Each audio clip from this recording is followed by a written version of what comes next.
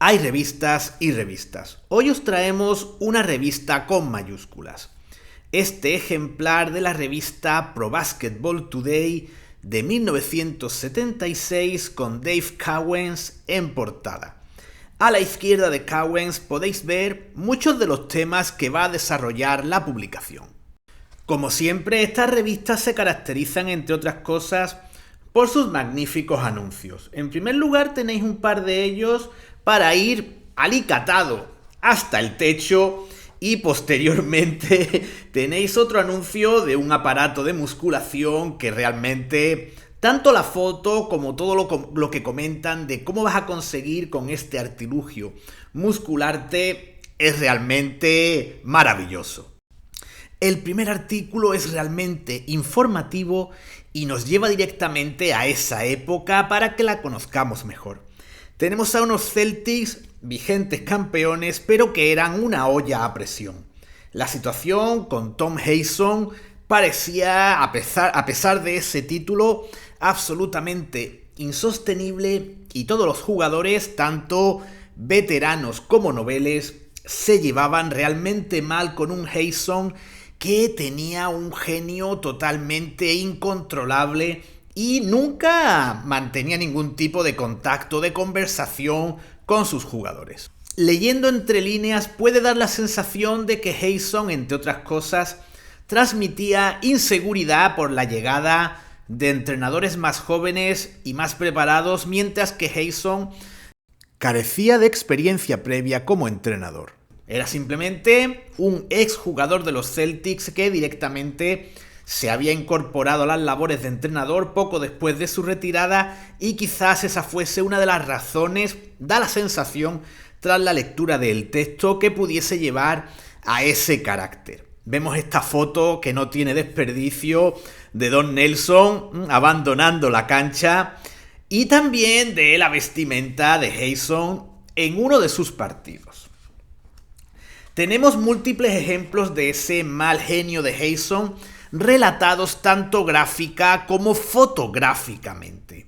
Y uno de los ejemplos más claros es esta foto de un intento de un conato de pelea entre Hewson y Jim Cleamons. Jim Cleamons, los más fans de los Bulls seguro que lo conocéis, uno de los ayudantes de Phil Jackson en su época gloriosa en los Bulls. Nos hablan incluso de cómo Red Auerbach había tenido algún incidente también con algún árbitro, pero que en ese caso había sido todo una escenificación controlada. Es decir, más una puesta en escena que no realmente que Auerbach perdiese el control. Viendo la foto que pone fin al artículo en la que vemos a Havlicek, a Hewson, a Auerbach y al entonces comisionado de la NBA, Larry O'Brien, la verdad es que la situación resulta difícil de entender en un equipo en el que había jugadores realmente veteranos y con los que realmente simplemente con respetarlos, el respeto podría llegar a ser mutuo. Hablamos de gente como Paul Silas, el propio Havlicek, Dave Cowens, pero ya os digo, lo que nos comentan era eso, hablaban de una situación insostenible y daban pocas probabilidades para que unos Celtics un año más viejos pudiesen revalidar el título. El siguiente artículo gira en torno a dos personajes muy diferentes, Dave DeBusschere y el Dr. J.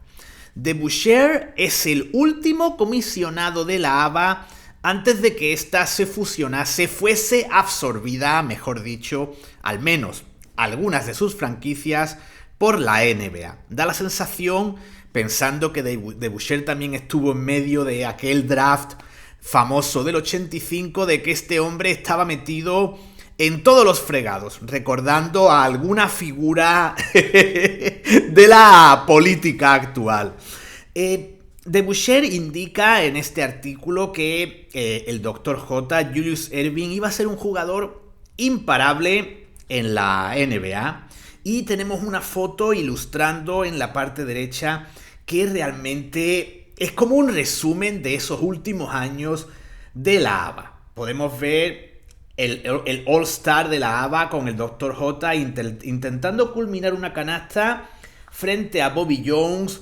También tenemos a Artis Gilmore por ahí y a Dan Issel con un protector bucal que realmente era terrorífico. Es evidente, como con todos los jugadores de la ABA, que podía haber dudas en torno al desempeño del Dr. J en la NBA.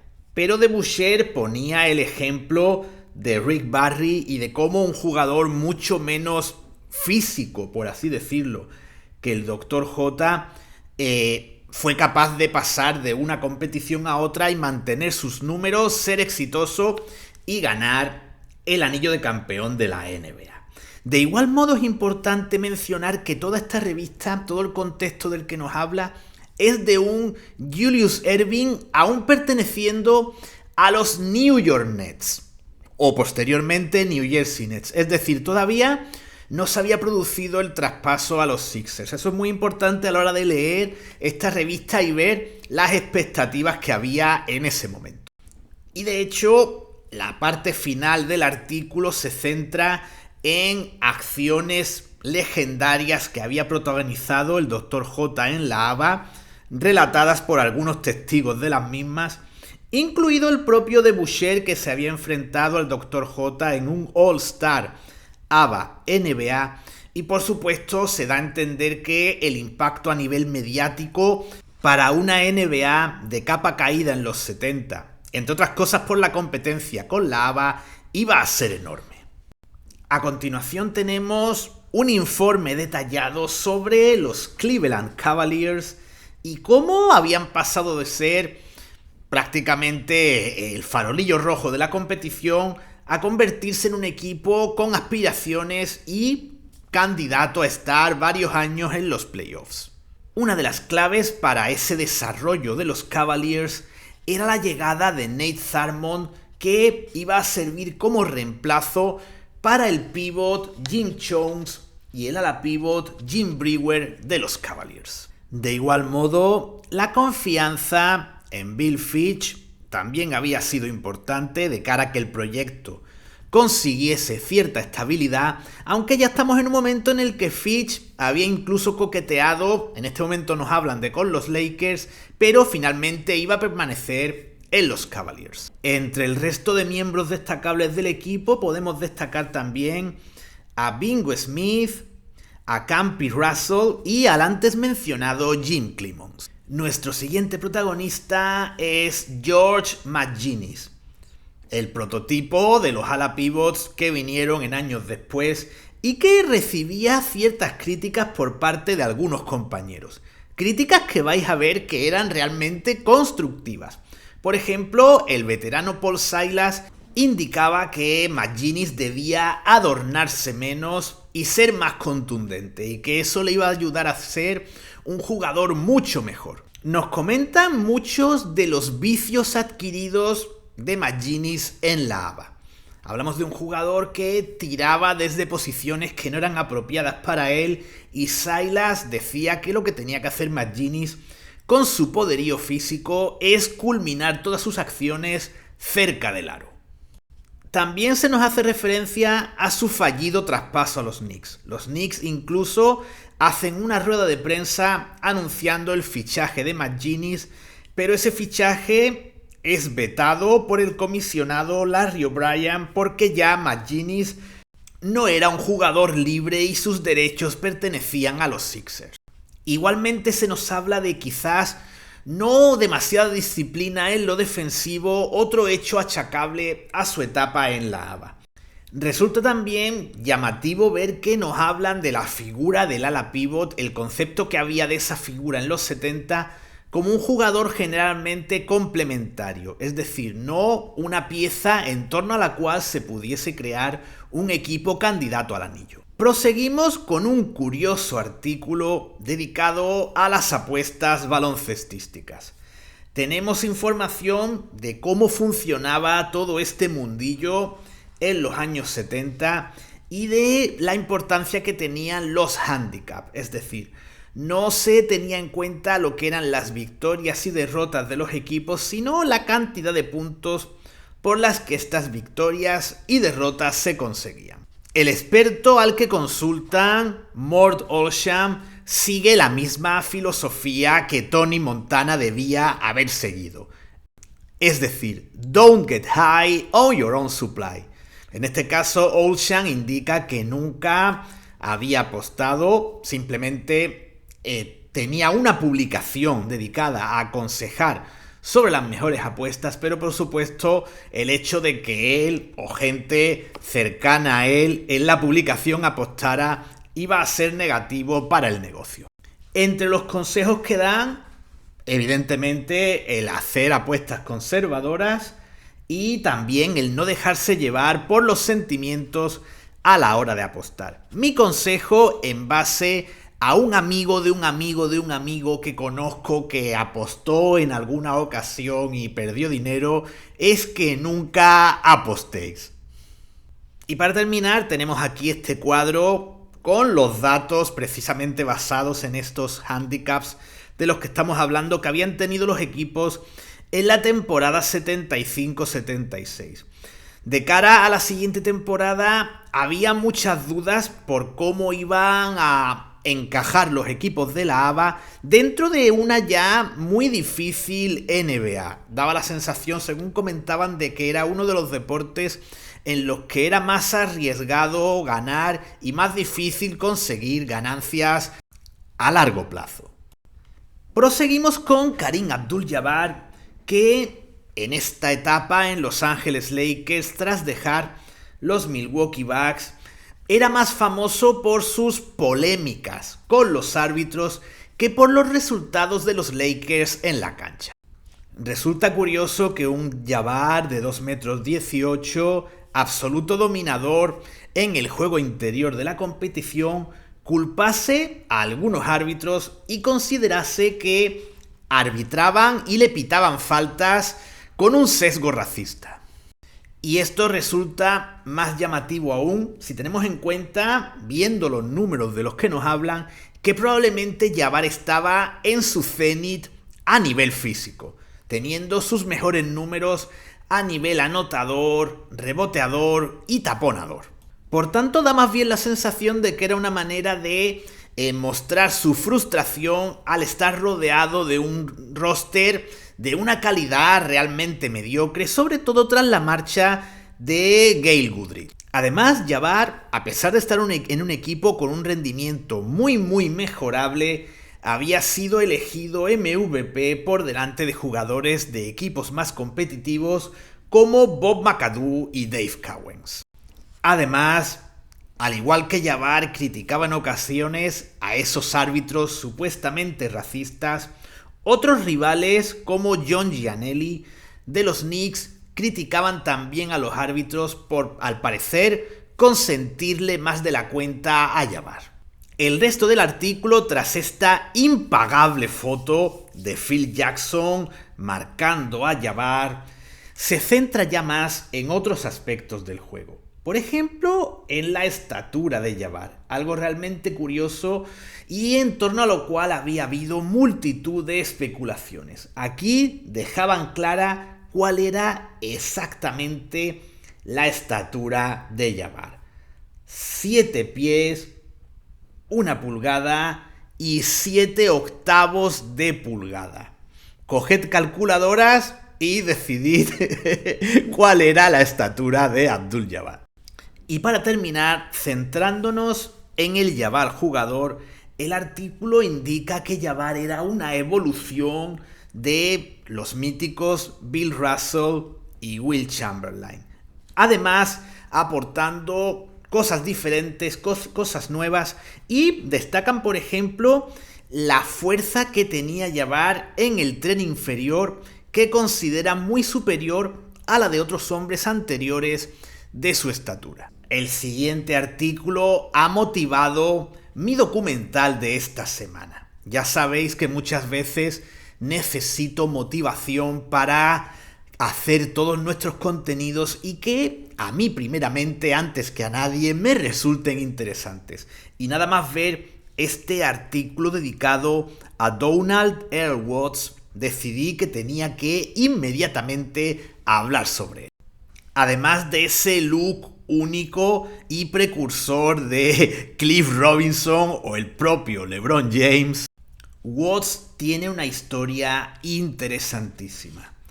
Hablamos de un jugador no drafteado, que era lo que entonces, según leemos en el artículo, se consideraba, entre otras cosas, un agente libre y que contra todo pronóstico consigue asentarse en la NBA.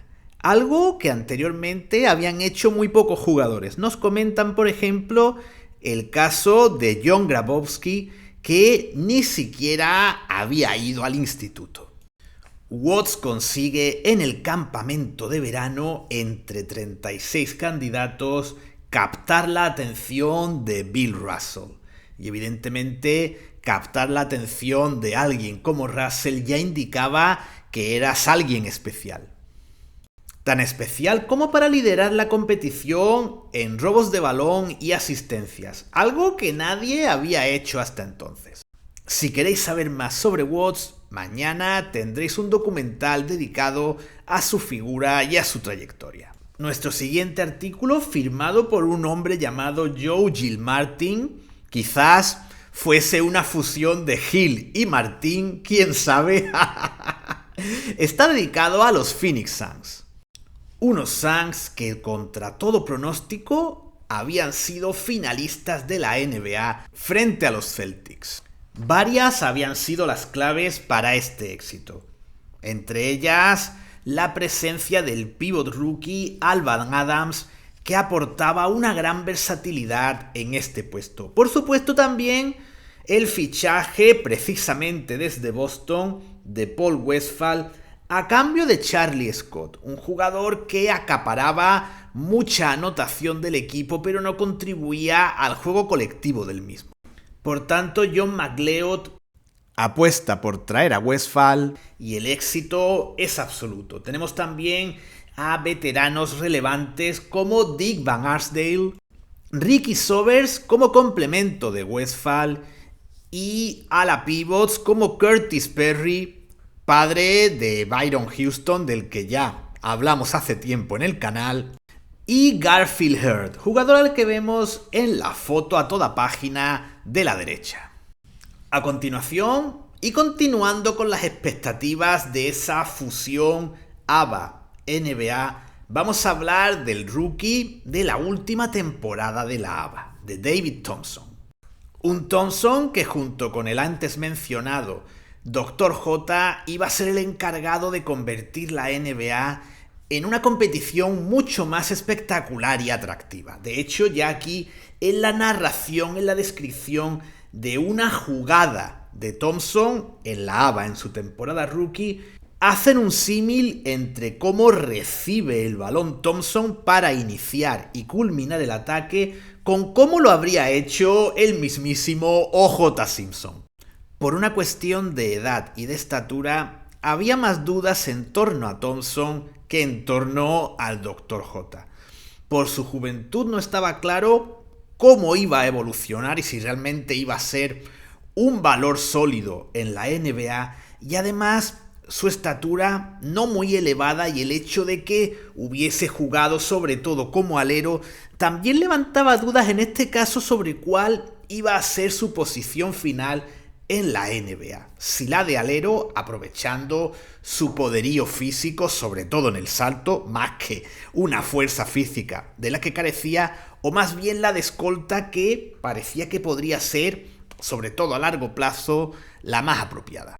Vemos también por aquí a Ralph Simpson, que en teoría iba a ser uno de los compañeros de Thompson en su debut en la NBA, pero finalmente Simpson recala en los Pistons, aunque posteriormente y de manera breve vuelve a Denver años después y ahí sí coincide con Thompson en la NBA.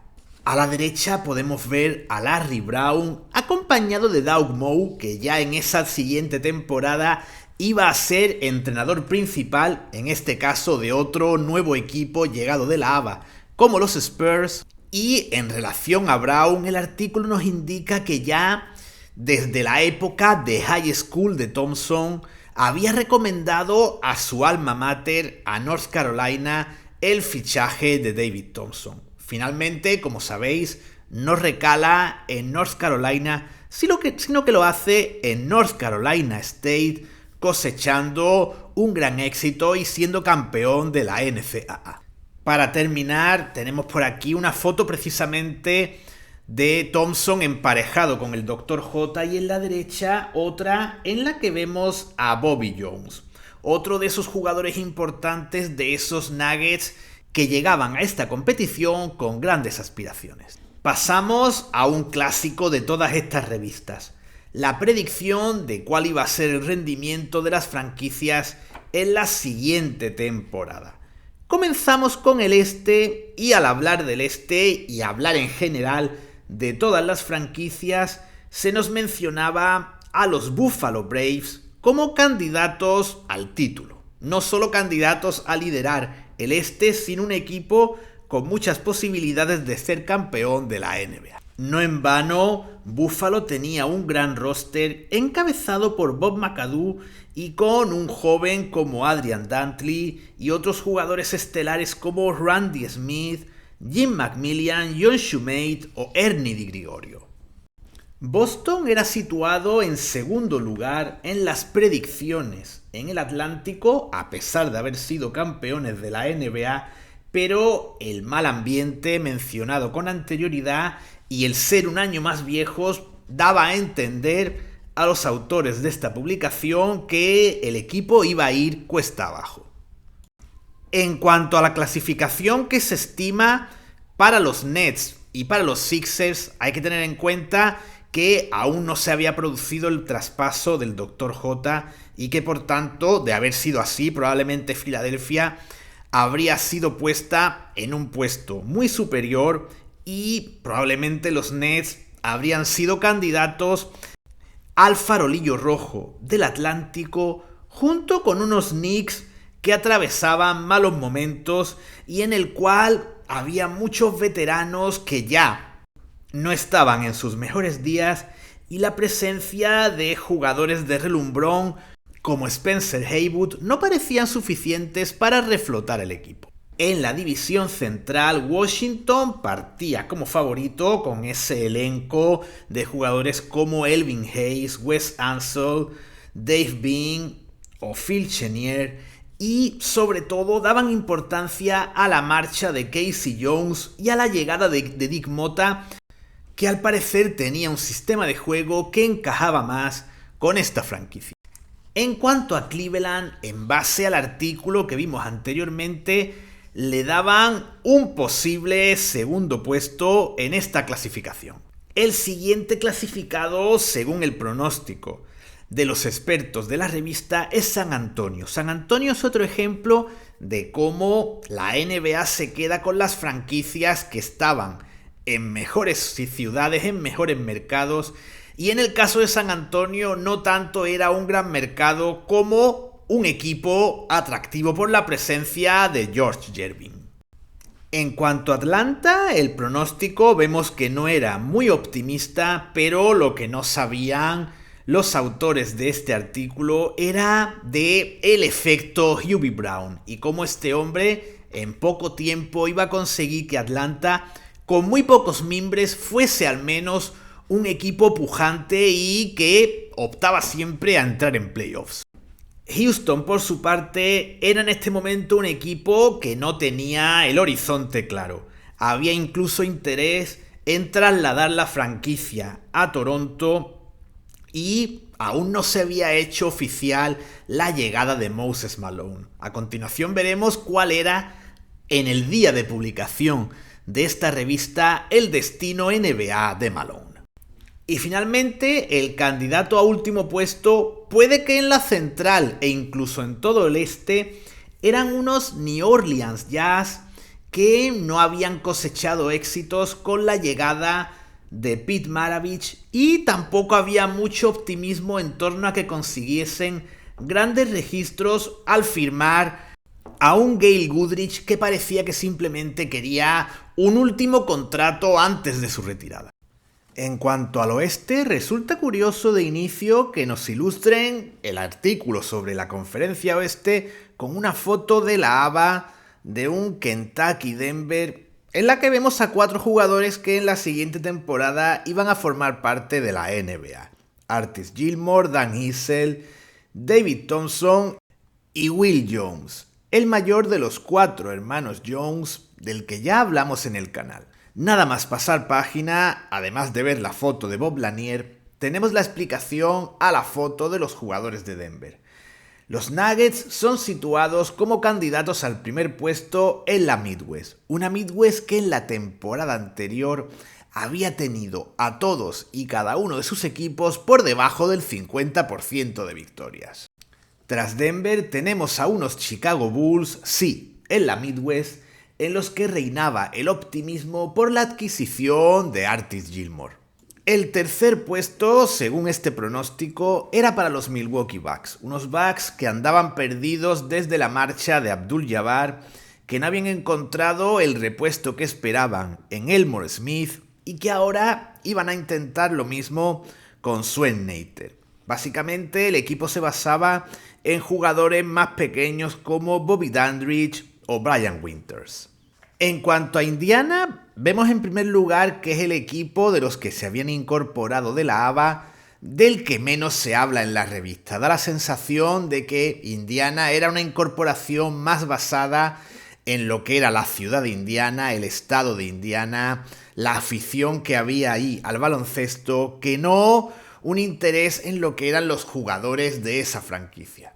Entre esos jugadores podemos destacar, por ejemplo, a Will Jones, al que ya hemos mencionado anteriormente, y a Billy Knight, que ocupó el 10º puesto en nuestro ranking de aleros de los 70 de la semana pasada. Finalmente, el último puesto de la Midwest se pronosticaba para unos Kansas City que básicamente tenían jugadores pequeños como Nate Archibald o un recién llegado Ron Boone. Pasamos para terminar al Pacífico, donde el candidato al primer puesto eran los Warriors de Rick Barry, y en segundo lugar situaban a los Portland Trail Blazers, unos Blazers en los que aún estaba el pastel de Bill Walton por abrir, era un jugador aún por descubrir, y bien que lo iban a descubrir en la temporada siguiente, pero el comentario sobre los Blazers podríamos decir que está descontextualizado si tenemos en cuenta que aún hablan de la figura de la presencia de Moses Malone. Un Moses Malone que finalmente recala en los Rockets, entre otras cosas porque el equipo tenía superávit de hombres altos con Walton y Maurice Lucas, entre otros. En cuanto a Phoenix, los sitúan en tercer puesto, entre otras cosas porque parecía difícil a todas luces que repitieran esa temporada de la que hemos hablado antes, en la que se les denominó los Cinderella Suns. Seattle ocupaba el penúltimo puesto, aún no se preveía ese gran éxito que tiene la franquicia a final de la década, y entre los jugadores mencionados, el único que tiene un papel relevante en esos exitosos Supersonics es Fred Brown. Finalmente, el último puesto del Pacífico, algo que nos hace entender el nivel que había en torno a Jabbar, era para Los Ángeles Lakers. Con esto terminamos esta revista, como siempre, con anuncios realmente espectaculares como este de un tabaco llamado Viceroy que, como veis, destila masculinidad por los 4 costados. Espero que, como siempre, hayáis disfrutado de esta revista. La semana que viene os traeremos un ejemplar de Don Basket con un protagonista de portada realmente icónico.